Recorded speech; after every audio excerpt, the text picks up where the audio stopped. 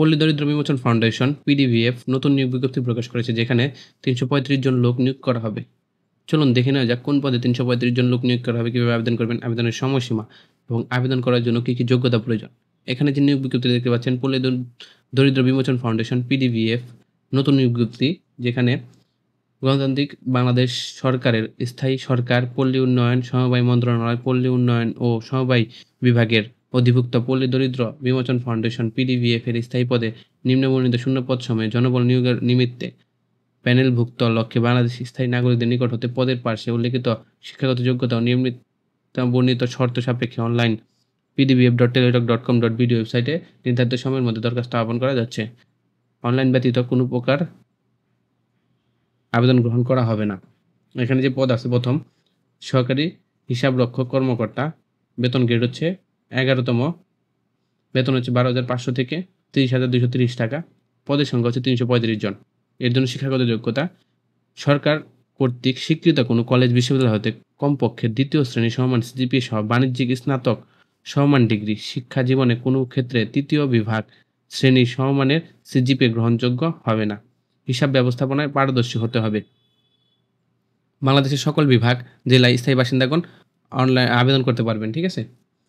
শর্তাবলী হচ্ছে, অনলাইন আবেদন পূরণ ও পরীক্ষার অংশগ্রহণ ক্ষেত্রে প্রয়োজনীয় তথ্যাবলী হচ্ছে নিয়োগ বিজ্ঞপ্তি, আবেদন সংক্রান্ত নিয়মাবলী pdbf.gov.bd অথবা pdbf.teletalk.com.bd এ পাওয়া যাবে। ঠিক আছে।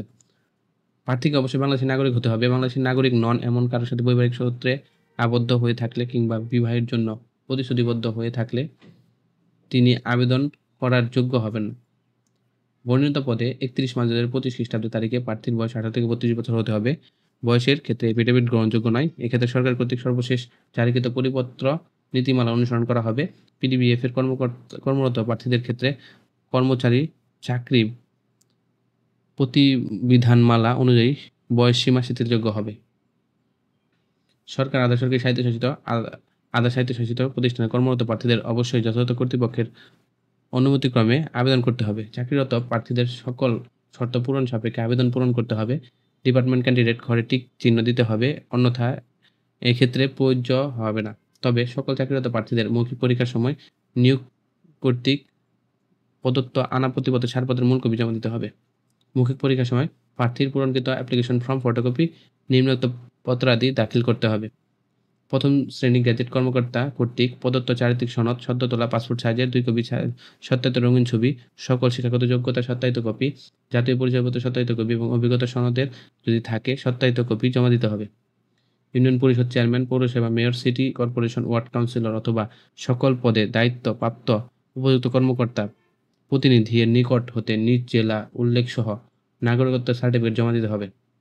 মুক্তিযোদ্ধা, শহীদ মুক্তিযোদ্ধা, বীরাঙ্গনা সন্তানদের ক্ষেত্রে প্রমাণ হিসেবে সরকার সর্বশেষ জারিকৃত পরিপত্র অনুযায়ী উপযুক্ত কর্তৃপক্ষ কর্তৃক প্রদত্ত সনদ এবং প্রার্থীকে মৌখিক পরীক্ষার সময় মুক্তিযুদ্ধ বিষয়ক মন্ত্রণালয় ওয়েবসাইট molwa.gov.bd এ প্রকাশিত প্রমাণ ও আলোকে সত্যায়িত অনুলিপি প্রস্থান করতে হবে।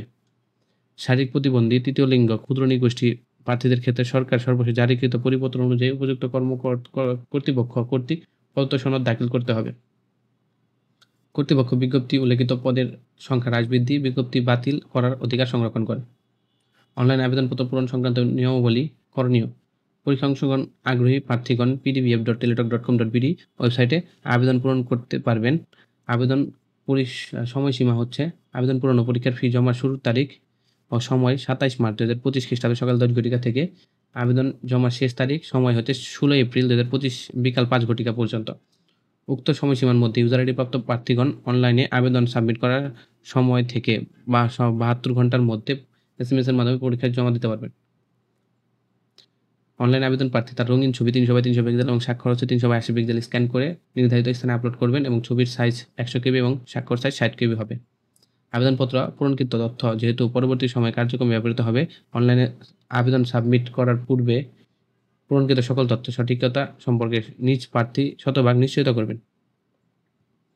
প্রার্থী পূরণকৃত আবেদনপত্র একটি প্রিন্ট কপি সংরক্ষণ করে যে কোনো প্রয়োজনে সহায়তা হিসেবে সংরক্ষণ করুন এবং মৌখিক পরীক্ষার সময় এক কপি জমা দিন। আবেদন ফি জমা দেওয়ার জন্য টেলিটক প্রিপেড নাম্বার থেকে 2টি SMS এর মাধ্যমে আবেদন ফি জমা দিতে পারবেন। আবেদন ফি বাবদ নিয়োগ বিজ্ঞপ্তিতে ১ নং ক্রমিকের জন্য ফি বাবদ ১৬৮ টাকা অনাদি ৭২ ঘন্টার মধ্যে জমা দিতে পারবেন। এখানে বিশেষ উল্লেখিত অনলাইন আবেদনপত্রের সকল অংশ পূরণ করে সাবমিট করা হলে পরীক্ষার ফি জমা না দেওয়া পর্যন্ত অনলাইন আবেদনপত্র কোনোভাবেই গৃহীত হবে না। SMS এর আবেদন ফি জমা দেওয়ার জন্য PDBF স্পেস ইউজার আইডি লিখে পাঠিয়ে দিতে হবে 163 নাম্বারে। ফিরতি SMS এ আপনাদের একটা পিন নাম্বার পাবেন। তারপর আপনাদের সেকেন্ড SMS লিখতে হবে PDBF space ES space PIN number লিখে পাঠিয়ে দিতে হবে 163 নাম্বারে। তারপর আপনাদের ফিরতি SMS এ ইউজার আইডি এবং পাসওয়ার্ড দেওয়া হবে। পরবর্তী প্রবেশপত্র প্রাপ্তির জন্য pdbf.teletalk.com বিডি ওয়েবসাইটের মাধ্যমে প্রার্থীর মোবাইল ফোনে SMS এর মাধ্যমে শুধুমাত্র যোগ্য প্রার্থীদের যথাসময়ে জানানো হবে।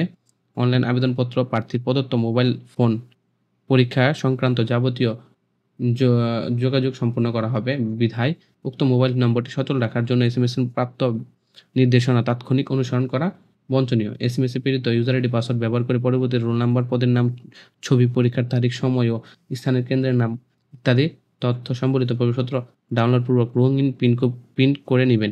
প্রার্থী এই প্রবেশপত্রের নিম্ন পরীক্ষায় অংশগ্রহণের সময় এবং উত্তীর্ণ হলে মৌখিক পরীক্ষার সময় অবশ্যই প্রদর্শন করবেন। শুধুমাত্র টেলিটক প্রিপেড মোবাইল নাম্বার থেকেই প্রার্থীর নিম্ন বর্ণিত SMS পদ্ধতি অনুসরণ করে ইউজার আইডি এবং পাসওয়ার্ড পুনরুদ্ধার করতে পারবেন। এখানে যে সিস্টেম আছে এর মাধ্যমে আপনারা পরবর্তী যদি ইউজার আইডি পাসওয়ার্ড ভুলে ফেলেন তখন রিকভারি করতে পারবেন। ঠিক আছে? বিজ্ঞপ্তি পত্রিকা ছাড়াও PDBF ওয়েবসাইটে বিজ্ঞপ্তি তদারকি সকল তথ্য দেখা যাবে। ঠিক আছে? প্রার্থী অনলাইন আবেদনপত্র ডিক্লারেশন অংশ এই মর্মে ঘোষণা দিতে হবে যে প্রার্থীর আবেদনপত্রের সকল তথ্য সঠিক ও সত্য।